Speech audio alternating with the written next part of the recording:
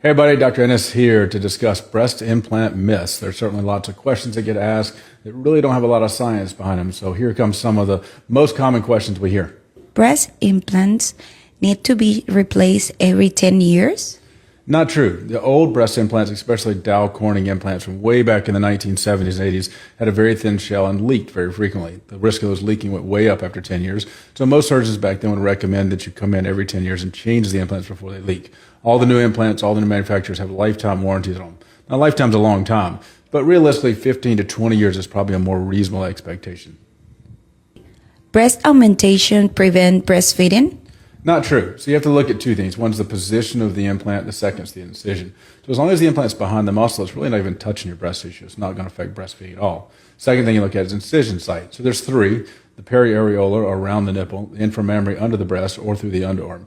There are some reports that show that the periareola or the incision around the breast does cut some of the milk ducts, and there's been some reports of difficulties breastfeeding with that. But the inframammary or the transaxillary through the underarm is definitely our preference. And the incisions in the underarm, first, you don't have a scar on your breast. Second, definitely no issue with breastfeeding. Breast implant will rupture during mammograms? Not true. All the new breast implants are built to withstand your everyday life. So they're built to withstand certainly things like mammograms. So no, that is a myth. Breast implants will not rupture with mammograms unless maybe they're the really, really old ones, but that would be the way old ones from the 1970s and 80s. All the new implants are very sturdy and designed to hold up to everyday life. Breast implants require a scar on your breast? Definitely not true. So there's three options for breast implants: around the nipple, under the breast, or in the underarm.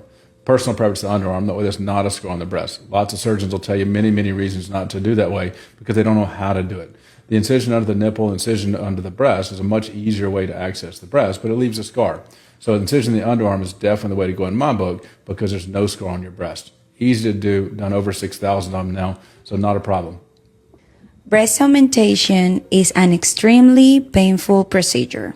Not necessarily so. So there are a couple of things we look at. One, we're very gentle with the tissues. We make sure there's minimal tissue injury. So we're very gentle when we manipulate the tissues. Second, we numb up the ribs. So the breasts are actually numb when you wake up so you don't feel it.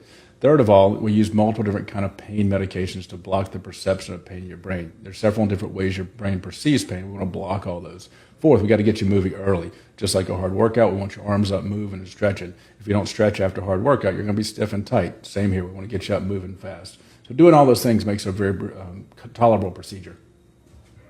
Perfect.